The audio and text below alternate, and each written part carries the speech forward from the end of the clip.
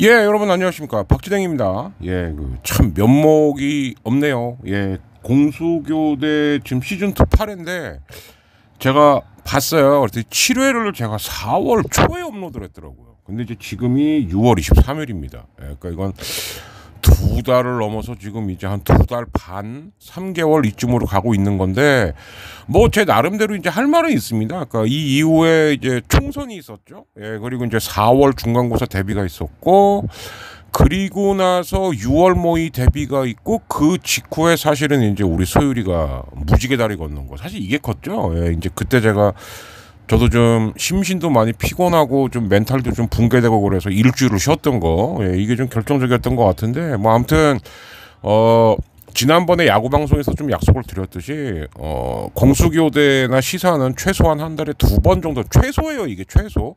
더 할 수 있으면 더 할 수 있으면 좋죠. 더 할 수 있는 거. 여러분이 후원 더 많이 해주시면 더 합니다. 예, 받은 만큼은 해야 되는 거니까요. 그죠? 예, 근데 일단, 요렇게 좀 약속을 드리고, 이제, 올려드리는 걸로 할게요. 자, 근데, 그때 어디까지 했냐면, 3점짜리 10문제 중에서, 55회입니다. 한국사 인증. 예, 55회 중에서, 이제, 앞부분 5문제를 했어요. 그리고 난 다음에 지금 2달 반 정도가 지나간 겁니다. 예, 그래서, 일단은 지금, 그러면 이제 후반부가 5문제가 있겠죠? 예, 그 중에서 우선 요거부터 아마 28번 문제에서부터일 겁니다. 그러니까 해서 또 쪼로록 올려드리는 걸로 하겠습니다. 그리고 좀 시간이 너무 많이 지났던 관계로 제가 원래는 이 해설판의 자판을 다 일일이 하는데 그렇게까지 했다가는 더 늦어질 것 같아서 오늘은 민양이라는 선생님이 계세요. 예. 그러니까 이제 네이버 블로그를 주로 하시는 분 같은데 거기서 풀이는 좀 갖고 왔습니다. 뒤에 한 2-3문제 정도는 갖고 왔어요. 대신에 당연히 썰은 제가 또 풀어 드릴 테니까 아무튼 예, 민양 선생님이 이분도 대단하신 분이더라고요. 저처럼 5문제씩을 쪼개 갖고 근데 이분은 3점짜리가 아니고 전 문제를 정말 대단하신 거죠. 존경합니다. 예, 저는 그렇게까지는 부지런한 인간은 못 돼서 그렇고요. 이제 지금 하고 있는 건 뭐 야구 팬들 중에서도 이거 들으시는 분들을 위해서라면 예, 오늘 더블헤더 경기가 많죠. 그래서 이제 사실 어저께 김포에 가고 녹음은 잘했고요. 진짜 제가 먹어본 족발 보쌈 중에 몇 손가락 안에 들어가는 네, 집에서 또 우리 김포 형님 덕분에 회식도 재미나게 했고 예, 그리고 이제 돌아와서 잠깐 쉬었다가 일단 2시 경기는 가볍게 하나 보고요. 2시 경기 끝나고 나서 더블헤더니까 중간에 좀 비는 시간이 있지 않겠습니까? 그래서 이때 지금 녹음을 하고 또 2차전을 슬슬 보면서 이제 편집을 해갖고 이따가 밤에 올릴 예정입니다. 예, 그러니까 다시 말씀드립니다만 2월 23일 일요일, 예, 지금은 오후 5시가 조금 넘었습니다. 자, 그러면 이쯤 썰 풀었으니까 어쨌든 시사나 역사 쪽 방송을 좀 많이 듣고 싶으시다. 그러면 진짜 구독, 좋아요하고 정기적인 소액 후원 좀 꼭 부탁드리겠습니다. 예, 이제 특히 역사나 시사 쪽은요, 돈을 좀 꼬라 박아야 돼요. 예. 좀 이해해 주십시오. 예. 그리고 많이 부탁드리겠습니다. 자, 그러면 55회 후반부 제 기억으로는 뭐 28번, 34번, 37번, 45, 48인가? 뭐 이렇게 5문제인데 자, 28번 보겠습니다. 서학은 반드시 큰 화를 가져올 것입니다. 여기서 서학은 이제 천주교 이전의 이름이라는 걸 아실 수가 있죠. 그래서 이를 따르는 이가환, 이승훈, 정약용을 처벌하여 주소서. 서학이라는 이름이 언급되기 시작할 때는 정조 이후라고 보시면 됩니다. 그러니까 일단 요거는 정조 이후구나 아니면 정조구나 라고 일단 하나 킵을 해두시고, 근데 동학은 어리석은 사람들을 현혹하는 것이니 그 두목인 최재호를 효소하셔서 본보기로 삼으소서. 그리하시오. 동학은 최재호다. 최재호를 효소했다. 이거는 고종이 즉위하자마자 1년 뒤의 일이에요. 1864년. 그러면 이 28번 문제는 정조 아니면 순조인가 요 사이서부터 고종 초 사이에 가를 채우는 문제입니다. 근데 여기 힌트가 있죠. 이가완, 이승훈, 정약용을 처벌해달라는 얘기가 나와요. 처벌. 그러니까 제가 54회쯤에선가 한번 문제를 풀어드린 것 같은데 윤지충이 나오고 여기서는 정약용이 나옵니다. 그럼 이렇게 아예 외우시면 돼요. 윤지충이면 정조구나. 그리고 이가완, 이승훈, 정약용이 나오면 이건 순조입니다. 그런데 제가 풀이에서도 좀 보여드리겠습니다만 이제 제가 화면 쭉 띄워드릴 거예요. 그러니까 요거하고 한 앞에 세 문제 정도는 제가 직접 쓴 거고 뒤에 두 문제는 이제 민양 선생님 풀이만 그냥 올려드리겠습니다. 이것까지도 풀이로 쓰려고 그러니까 시간이 너무 없어서 그거 좀 이해해 주세요. 자, 이게 무슨 얘기냐면 정조가 죽은 다음에 물론 아닌 분들도 있겠지만 정조 죽은 다음에 세도 정치 아니야? 아니에요. 예, 정조가 죽은 다음에 영조의 마지막 부인이었던 정순왕후의 시대가 열립니다. 그러니까 노란 벽파의 시대가 열리죠. 예, 그랬는데 정순왕후가 죽고 난 다음에 노론의 시파였던 김조순이 집권을 해요. 김조순은 순조의 장인이기도 합니다. 예. 그러니까 어찌 보면 정조가 가장 믿을 수 있는 사람에게 자기 아들을 맡기고 세상을 떠난 건데 바로 이 김조순이 노론 시파마저 해체시켜버리고 야 우리 안동김이 다 해먹자. 이때부터 철종 때까지가 세도 정치인 거죠. 가문 독재. 예. 그러다 보니까 이때 이가완, 이승훈, 정약용을 처벌할 주소서. 이때는 정순왕후가 수렴청정하던 시대입니다. 순조 1년, 2년 때 일이에요. 예, 그러니까 결론은 순조 1, 2년 사이와 고종 1, 2년 사이가 뭐냐 이걸 묻는 거예요. 자, 1번 왕이 도성을 떠나서 공산성. 공산성이면은 그 옛날에 백제의 도읍지기도 했던 부여 공주 인근입니다. 조선왕 중에 공산성으로 토끼왕이 있어? 이게 인조죠. 예, 이괄의 난 때.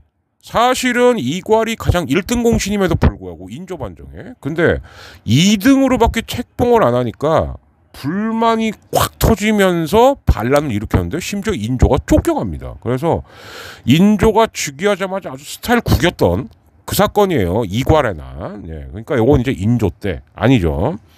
오페르트가 남연군 묘에 도구를 시도하였다. 예, 이거는 1866년. 네, 그러니까 이제 이렇게 되는 거예요.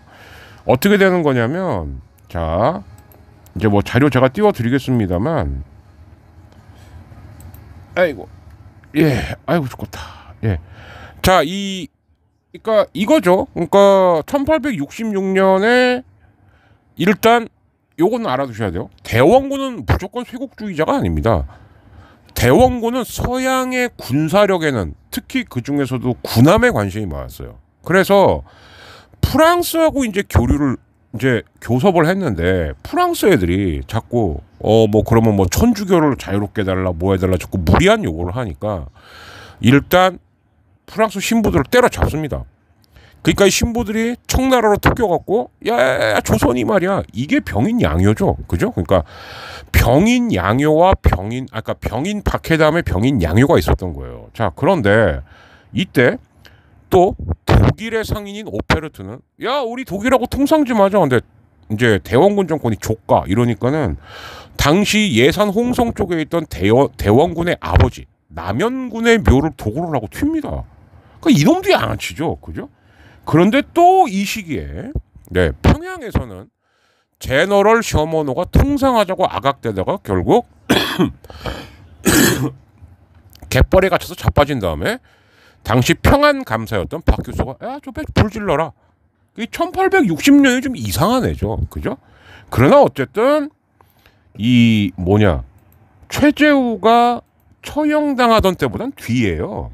그러니까 아니죠. 자, 홍경래의 난, 이거는 순조가 즉위한 다음에 10년쯤 지난 1811년에 일어난 난입니다. 그래서 여러분들이 세도 정치를 배우실 때 앞에는 홍경래의 난, 뒷부분에는 임술밀란 이렇게 배우시는데 홍경래의 난하고 임술밀란은 같은 듯 달라요. 뭐가 다르냐? 홍경래의 난은 일단 평안도 여기를 서북지역이라고 그랬거든요. 조선 후기가 되면 서북지역에 대한 차별이 아주 심해집니다. 저긴 반란하는 새끼들도 많고 상태 안 좋아. 이러다 보니까 서북지역에 몰락한 양반 및 중인들이 주동이 돼갖고 일어난 거예요. 근데 반면 임술밀란은 전국에서 농민들이 20여 곳에서 동시다발적으로 이렇게 밀란이죠. 예, 세도 정치가 이제 한계 오다 보니까 그래서 요거는 좀 구별했으면 됩니다. 일단은 지금 순조하고 고종 사이에는 들어가죠. 자, 그다음 교조 신원을 요구하는 3례 집회가 개최되었다. 교조 신원 이건 뭐냐? 앞에 언급된 최재우가 죽은 명목이 혹세무민이에요. 요즘으로 말하면 그 사이비 교조 뭐 이제 뭐 이만이나 뭐 이제 뭐 정명섭이나 뭐 정명수죠. 정명수 JMS 정명섭은 제가 아는 작가 이름이고 예. 이런 사이비 교주로 죽었다는 겁니다. 그러니까 이제 동학 입장에서는 우리 교주의 억울함을 풀어달라. 예. 근데 이게 삼례 집회, 보훈 집회, 경복궁 집회 이렇게 외우셔야 돼요. 왜냐? 삼례 때까지만 해도 일단 동학의 합법화를 요구했습니다. 동학 신도들이. 그런데 보훈 집회라는 결정적 사건이 터지죠. 이제 우린 종교만 얘기하지 않겠다. 이때서부터 이제 두각을 나타낸 게 전봉준이에요. 척양 척애도 할 것이고 반봉건도 하겠다. 동학이 종교 플러스 정치 집단으로 변모하는 거는 보훈 집회. 그리고 경복궁 집회는 뭐냐? 요거는 이제 청일 전쟁이 난해 만해 하는 요 1894년 이때 동학 신도들이 아예 경복궁 앞에 몰려가 갖고 있던 집회죠. 예, 요건 요렇게 정리하시면 되겠고. 이인좌를 중심으로 한 제가 올렸던 그러니까 공수교대 시즌 1에서 여러분들이 제일 많이 봐주신 것 중에 한 컨텐츠가 태종 이방원 편하고 바로 이인좌의 남편입니다. 예, 왜 그러냐? 영조는 이때 노론, 소론 그리고 남인들을 골고루 쓰는 탕평을 하려고 그랬어요. 그런데 소론의 과격파들이 이인조한테 붙으면서 남인 일부하고 영조가 경종을 독살했다는 이 독살설을 명분으로 난을 일으킵니다.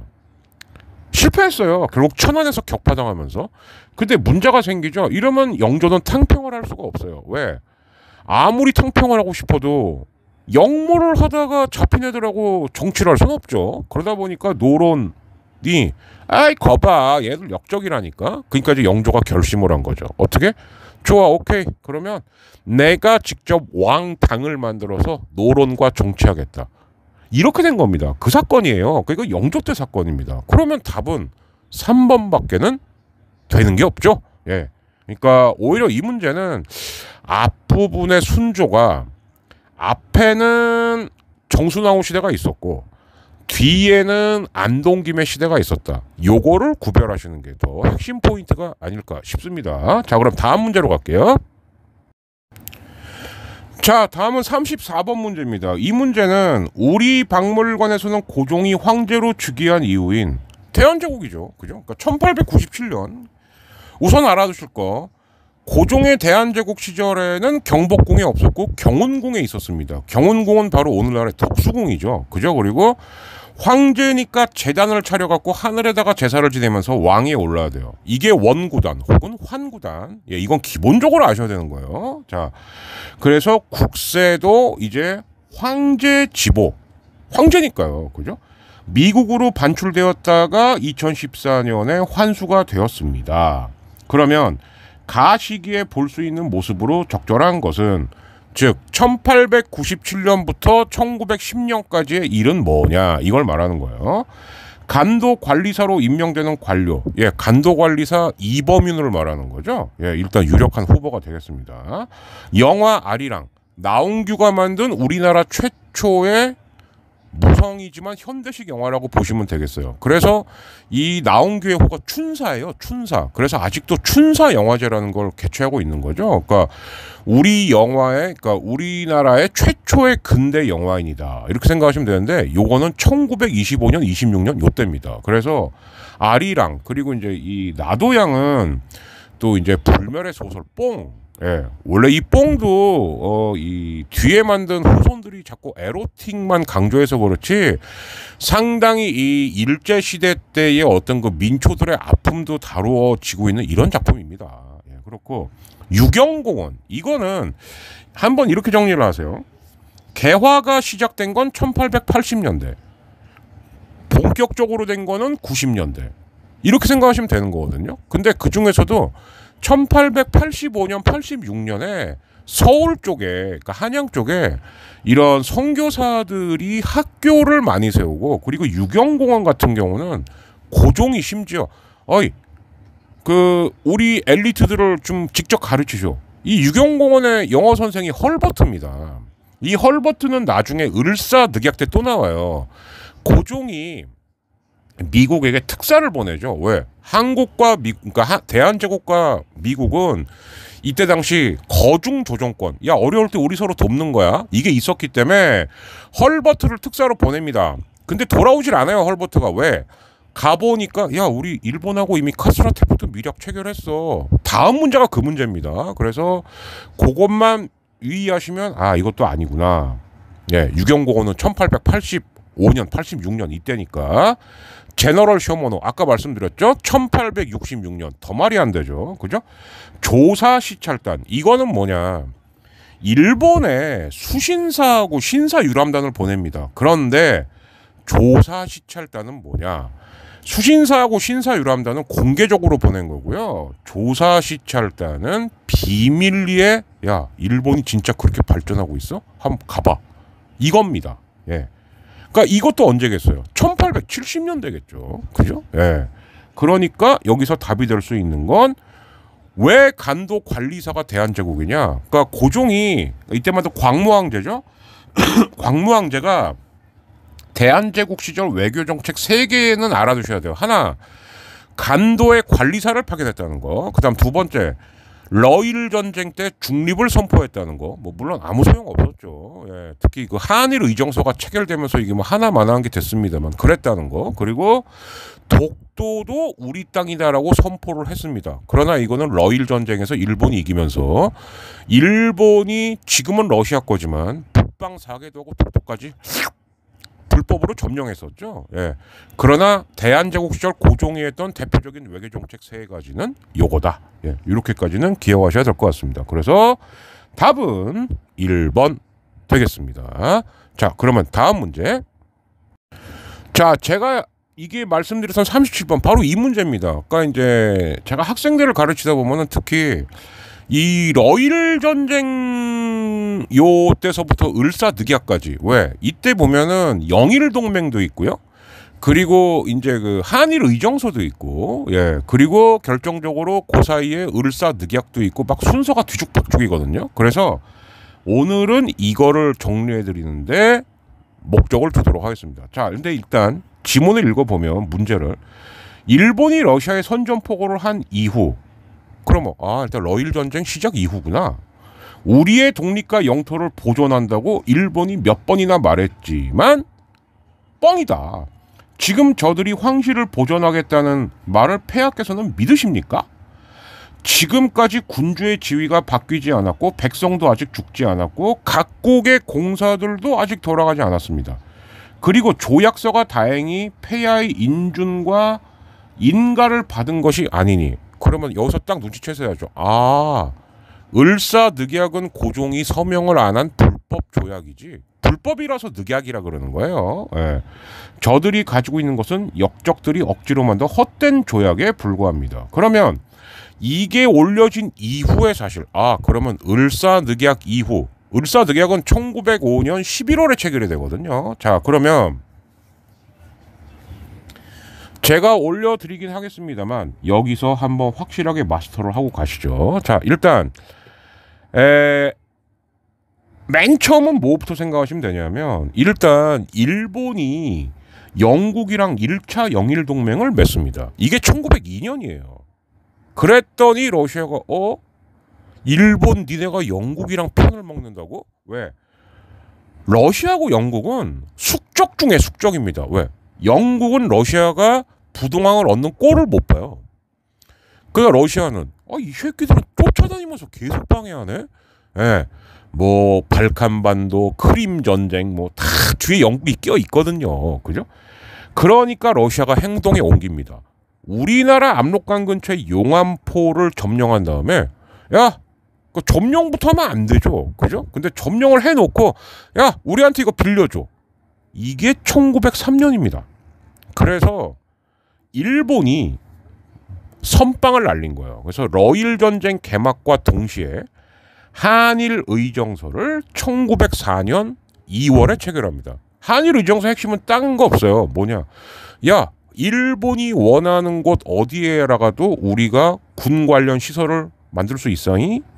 이렇게 한 거예요. 근데 이걸로도 좀 모자랐나 봐요. 6개월 뒤 1904년 8월에 의정서하고 한일 협약은 다릅니다. 1차 한일 협약을 체결하고요. 이때서부터 옛날에 이모군란 때 청나라 가던 식으로 그대로 합니다. 고문 둘을 보내요. 재정고문 메카타. 이 사람이 나중에 우리 조선 돈 없애는 사람이죠. 화폐정리사업. 그리고 외교고문 스티븐슨. 근데 원래 이렇게 외국 애들이 더 지랄 맞죠. 그래서 결국 나중에 이재명 의사에게 뒤집니다. 스티븐슨은. 네. 참 이재명이라는 이름이 그런 거 보면 네. 여기까지만 할게요. 네. 좋은 이름이다. 네. 자, 그리고 이 러일 전쟁이 1905년까지 이어져. 생각보다 길게 갑니다. 이 전쟁은. 예. 이제 우리나라하고 만주 그 요동반도 쪽이 이제 주 배경이 되는데, 그런데 7월쯤에서 대한해협으로 오던 러시아 함대가 일본 함대 때 개박살이 나요. 그러면서 이때부터 승기를 잡게 되니까 미국이 쓱 끼어듭니다. 야 이거 조선은 일본한테 줘야겠는걸? 그래서 일본과 미국이 카스라 테프트 밀약을 체결해요. 이 테프트는 나중에 대통령까지 되는 사람입니다. 이때는 외교장관이었지만 미국으로 치면 국무성이죠. 국무성. 그죠? 그래서 7월에 이걸 체결하고 메카타는 화폐정리 사업에 들어가고, 그리고 영국도 한 번 더 힘을 실어줘요. 1905년 8월에 2차 영일동맹을 체결합니다. 그리고 한 달 뒤 1905년 9월 러시아가 두 손 두 발을 다 들어요. 그리고 미국이 여기서 거간꾼으로 나섭니다. 야, 그럼 포츠머스 와갖고 사인해. 그리고 조선은 일본 거야. 알았지? 이거를 하는 포츠머스 조약을 체결을 해요. 그럼 남은 건 뭐죠? 1905년 11월 이토가 와야죠. 그죠? 그래서 초대 통감이 되는 겁니다. 그래서 이때서부터 통감부가 설치가 되는 거죠. 그리고 을사늑약이 체결되는 거고요. 조금 순서는 어렵습니다만 이렇게 생각하시면 돼요. 그러니까 일단 먼저 영일동맹을 했더니 러시아가 용암포를 점령을 하니까 일본이 러시아를 선빵을 날렸고, 그러니까 일본이 한일 의정서를 먼저 체결하고 6개월 뒤에 1차 한일 협약을 체결했구나. 그리고 을사늑약은 제2차 한일 협약이구나. 이것만 정리되셔도 거의 문제 풉니다. 자, 감 잡으셨죠? 예. 그러면 이제 보면 돼요. 1차 영일동맹 전이죠. 경인선 부설권. 이건 1890년대예요. 그러면서 1899년에 노량진부터 제물포까지 경인선이 개통이 된 겁니다. 멜렌도르프. 이거는 이모군란 때니까 1882년 통감부가 설치되고 초대 통감. 이게 정답이 되는 거고, 러시아가 용암포를 점령하고 조차를 요구하였다. 영일동맹 직후에 1903년의 사건. 그러니까 이 지문보다는 앞 사건이죠. 예. 요렇게 정리하시면 되겠다. 예. 이제 이 문제가 나올 때는 다시 말씀드리는데, 일본이 먼저 영일동맹을 하니까 러시아가 압록강을 점령했고, 그러니까 일본이 선빵을 날렸고, 그때 한일 의정서를 체결했고 6개월 뒤에 제1차 한일 협약을 체결했구나. 여기까지만 하셔도 틀릴 일 거의 없습니다. 자, 아셨죠? 자, 그러면 이제 남은 두 문제도 마저 풀어보도록 할게요. 이 남은 두 문제는 그냥 한 방에 스트레이트로 쭉 가겠습니다. 네, 자, 남은 두 문제가 지금 보니까요. 예, 뭐지? 잠시만요. 네, 45번, 48번. 이제 45번은 1940년대를 배경으로 한 문제고요. 그리고 이제 48번은 그 7대 대선, 박정희와 김대중의 대선, 요거를 소재로 한 문제입니다. 네, 근데 이제 제가 까맣게 다 일일이 쳐드려야 되는데 도저히 그거 할 시간이 없어서 이제 여기서부터는 미랑 선생님의 초간단 해설 요거를 실어놓고 나머지는 제가 썰로 풀도록 하겠습니다. 자, 이것은 대한민국 임시정부가 대일 선전포고를 하고 연합군의 글씨가 작아 이거 활동에 참여하던 시기. 자, 그럼 뭐냐? 1940년에 한국 광복군이 드디어 결성이 됩니다. 예. 그러니까 이제 지청천 부대에다가 김원봉의 조선의용대 장교단이 합류를 해서 어찌 보면 진정한 좌우 합작 부대가 되니까 장제스가 오케이 이 정도면 연합군에 자격 있어 라고 하면서 연합군에 넣어줘요. 자, 근데 여기서 중요한 건 뭐냐, 일본이 1941년에 진주만을 습격한단 말이에요. 그러면 선전포고를 하려고 하더라도 그 이후에 참전을 해야 되겠죠. 뭐 물론 연합군의 일원이니까 당연히 독일에게도 선전포고를 했습니다. 그러나 우리 입장에서는 일본에게 이 선전포고가 더 중요한 거예요. 그래서 이 한국 광복군이 본격적으로 활약을 하게 된 거는 1942년부터라고 보시면 돼요. 그러니까 42년 머리에 드시고, 한국 독립군이 쌍성보에서 승리하였다. 자, 한국 독립군하고 조선혁명군이 활약하던 시기는 1930년대, 즉 만주사변 때서부터 중일전쟁 때까지라고 보시면 됩니다. 이때는 일본이 만주를 먹으니까 중국도 위협을 느낀 거예요. 그래서 한국의 독립군들하고 조선혁명군과 마오쩌둥 군대, 그리고 한국 독립군과 장제스의 부대가 연합을 해서 일본과 항전을 펼칩니다. 자, 근데 여기서 중요한 게 뭐냐, 그러다가 조선혁명군의 양세봉이라는 사령관이 전사를 해요. 더하기 일본이 이제 중국으로 쳐들어온다는 게 기정사실화가 됩니다. 그러니까 37년 중일전쟁 이미 알고 있었어요. 중국은 야, 요 새끼들 조만간 쳐들어오겠네, 뭐 사건 하나 조작해갖고. 그랬기 때문에 중일전쟁에 임박해서는 중국 쪽에서 야, 우리 연합작전 그만하자. 어차피 이 새끼들 우리 본토로 와. 우리는 본토에서, 그러니까 중국 대륙 내에서 차라리 얘들 작사를 낼게. 이렇게 되는 거예요. 예, 양세봉도 마침 죽었고. 그러면서 이제 우리는 또 그때서부터 이제 조선의용대를 중심으로 한 이제 좌파 군대하고, 그리고 지청천이 김구의 임시정부에 합류하게 되는 우파 군대로서 재편이 되는 거죠. 예, 그러니까 이렇게 보시면 되니까 요때는 35년, 36년쯤이겠구나. 그러니까 일본은 아니죠. 자, 미즈야 협정이 체결되었다. 우리 독립군이 특히 그 홍범도와 김좌진 장군이 빛나는 승리를 거뒀지만 결국 우리 독립군은 연해주로 철수할 수밖에 없는 사건이 생겨요. 그게 뭐냐, 간도참변이죠. 예. 그리고 난 다음에도 일본은 또 당시 소련에게 압박을 넣어갖고 자유시에서 우리 독립군을 쫓아냅니다. 그래서 우리 독립군이 세 갈래로 갈라지는 거예요. 참의부, 정의부, 신민부. 근데 이걸로도 썽이 안 차니까 20년대 중반, 정확히는 1925년쯤인데 조선총독부의 경무총감하고, 그러니까 총독부의 넘버2죠. 그리고 마적들하고 미즈야 협정. 이 미즈야가 바로 경무총감 이름이에요. 예, 정무총감 이름. 내용은 뭐냐, 조선군을, 독립군을 잡아오면 돈으로 주던가, 안 되면 니들이 그렇게 좋아하는 마약 줄게, 마약. 이 내용이에요. 예, 그러니까 아니죠. 국민대표회의가 개최되었다. 임시정부가 1919년에 만들어져갖고 처음엔 잘 나갔는데 연통제가 작살이 나고, 그리고 이승만이 계속 대통령임내 하고 상하이에 오지 않고 하와이에서 띵까띵까 놀면서 돈이나 보내십시오 이지라라고 앉아 있으니까 무장파였던 이동희 이제 선생서부터 했고, 특히 제일 빡쳐했던 게 신채호였죠. 그래서 야, 회의하자 뭐였습니다. 근데 이 회의는 제가 볼 때는 신채호가, 단재 신채호 선생이 임시정부 아작내려고 아예 작심을 했던 회의예요. 왜? 야, 이광수 너는 말할 가치도 없어. 너는 친일파, 이 개새끼 꺼져. 그리고 안창호 선생 뭐? 실력 양성? 실력 양성할 때는 그 나라는 일본 거 아니요? 실력 언제까지 양성할 건데? 그 다음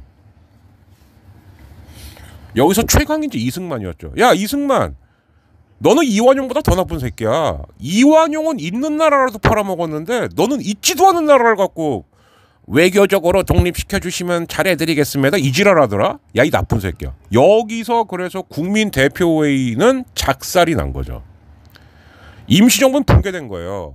이 임시정부를 끝까지 사수했던 게 나중에 김구 선생이 되는 거죠. 그러니까 이거는 1923년이니까 아니고, 자, 사회주의 세력의 활동 방향을 밝힌 정우회 선언. 이 정우회 하면은 꼭 기억하셔야 되는 게 신간회죠. 예, 정우회하고 그리고 이제 정우회하고 월남 이상재 선생의 우파 쪽이 합쳐져 갖고 만들어진 게 어찌 보면은 민족 유일당 운동의 거의 유일한 성과인데, 예, 1929년부터 1931년까지 활동했던 신간회입니다. 예. 그리고 여기에 이제 여성 조직 근우회가 받쳐주고요. 근데 아무튼 시기는 안 맞죠. 일제가 조선 사상범 예방 구금령으로 독립운동을 탄압하였다. 조선 사상범 예방 구금령, 이게 거의 일제가 마지막으로 했던 최종 발악이라고 보시면 돼요. 여기 핵심은 뭐냐? 예방 구금. 그러니까 뭐냐? 여러분 톰 크루즈가 나왔던 영화 마이너리티 리포트 아십니까? 그러니까 야, 얘는 범죄를 저지를 애야. 미리 잡아가는 거예요. 예. 그러니까 막판까지 온 거죠. 그죠? 그리고 정말 막판이 되면은 이제 조선의 천재들 앞장세워서 뭐 이광수, 최남선, 김활란, 모윤숙 이런 사람들 앞장세워갖고 군대 가라, 정신대 가라, 징용 가라. 그것도 안 되니까 창씨 개명해라. 아침마다 일왕이 있는 동쪽으로 절해라. 뭐 이지랄하기 시작하는 겁니다. 예. 그래서 답은 5번이 됩니다. 자, 그다음 마지막 문제요. 어디 갔어요? 자, 이 포스터를 보고 있는 사람 둘이 있습니다. 근데 김대중 후보는 이번 선거에서 정권 교체를 못하면 박정희 후보가 영구 집권하는 총통 시대가 온다고 말했대. 정말 귀신같이 1년 뒤에 유신이 터지죠. 예. 우리 김대중 대통령님은 참 대단하신 분 같아요. 그죠? 예. 근데 이제 박정희는 이때 선거 때니까 이거를 인정할 수가 없죠. 그러지 않는다고. 나 한 번만 더 한다고, 진짜. 예. 그래서 이번이 마지막이다 라고 하면서 호소를 했다더군. 그럼 이번 선거는 바로 7대 대선이 됩니다. 1971년에 열렸던. 이때 야당 쪽에서는 김영삼이 후보가 될 줄 알았는데, 이때 김영삼도 40대, 김대중도 40대, 그리고 이제 이철승이라고 요즘 우리로 치면 안철수 같은 캐릭터가 하나 있었어요. 여기 붙을까 저기 붙을까 했던. 근데 김대중과 이철승이 연합을 해갖고 김대중이 7대 대선 후보가 됩니다. 그리고 김대중 후보는 획기적인 공약들을 막 내세워요. 예비군 폐지, 평화통일, 그리고 예를 들어서 이제 미일 중소가 다 인정하는, 사자가 인정하는 남북 교류 막 이런 것들을 합니다. 그러니까 이제 박정희 대통령이 쫄리니까 이때서부터 야, 경상도가 날 뽑아줘야지. 경상도가 나 안 뽑아주고 전라도한테 정권 내주면 니들은 다 빠져주고, 이 지역 감정을 부르기 시작한 게 지금까지 오는 겁니다, 이게. 예. 근데 사실은 이때 중정이 끼어들지 않았으면 이 선거는 졌어요, 박정희가. 그래서 7대 대선을 치르고 난 다음에 이미 박정희는 김대중 후보 말대로 영구 집권의 결심을 했다고 하죠. 많이 밝혀졌고, 그리고 독일의 바이마르 헌법, 뭐 드골 헌법, 그리고 이제 나폴레옹 헌법까지 다 연구를 해서 유신 헌법이라는 듣도 보도 못한 정말 괴랄한 법을 만들죠. 이거를 만드는 실무 책임자가 바로 박근혜 때 비서실장이었던 김기춘입니다. 이렇게까지 이어지는 거예요, 이게. 예. 자, 그래서 이제 보시면 정부가 내각 책임제로 바뀌었다. 이거는 이승만이 잘린 다음 제2공화국으로 넘어갈 때. 근데 정권은 하루라도 비면 안 되죠. 그러니까 2공화국으로 넘어가기 전에도 이거 생각하시면 돼요. 박근혜에서 문재인 대통령 넘어갈 때도 왜 황교안이 대통령 대행했잖아요. 부정 막 이러면서 이때도 있었습니다. 그게 허정이라는 분이에요.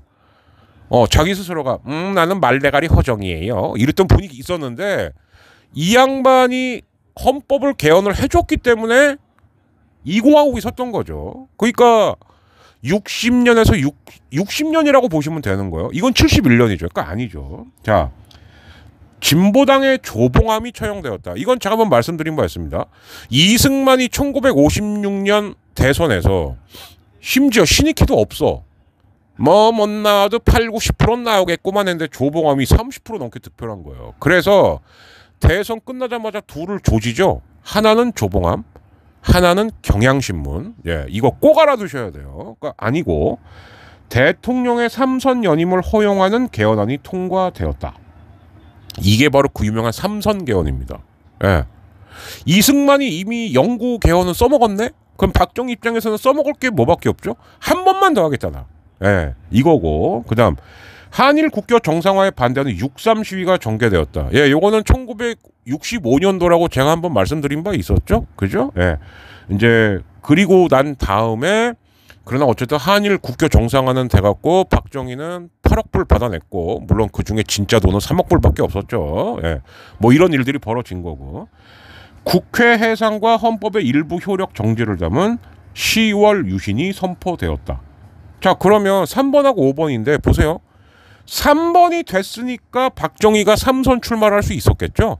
그러니까 7대 대선에서 박정희가 중앙정보부를 동원해서 겨우겨우 당선된 다음에 유신을 단행했겠죠. 근데 저는 오히려 이 말씀 드리고 싶어요. 유신을 단행하기 3개월 전에 박정희는 또 애도불론을 어마어마하게 띄웁니다. 그게 뭐냐? 야, 이러다 진짜 우리 통일하는 거 아니요? 이게 7.4 남북 공동성명이에요. 즉 유신 3개월 전에 김일성과 박정희는 서로가 자기들의 인민들을 속이기 위해서 위장 애드벌룬을 띄웠던 게 7.4 남북 공동성명이다. 자주, 평화, 민족 대단결. 이것도 시험에 어마어마하게 잘 나옵니다. 예. 자, 여기까지가 바로 55회입니다. 아무튼 너무 오랜만에 찾아서 죄송하고요. 앞으로는 아무리 늦어도 한 2주에 한 번씩은 올리겠다. 예. 요렇게 말씀을 드리겠습니다. 자, 뭐 또 더블헤더 2차전 보면서 슬슬 편집하면서 올릴 테니까 이따가 밤에 보실 수 있을 거예요. 예. 그러면 이따 밤에 많이 봐주세요. 박진행이었습니다. 감사합니다. 그리고 야구 이야기는 화요일, 금요일 날 저희가 지난 토요일 날 김포에서 녹화했던 거에다가 야구 소식 플러스해서 올리고, 시사는 아마 한 뭐 딱 지금 일주일쯤 뒤? 예, 이때 개똥철학으로 올리는 걸로 하겠습니다. 이거는 또 게시판에다가도 남겨놓을게요. 예, 물러가겠습니다. Have a nice day. Have a nice weekend 되십시오. 감사합니다. 끝.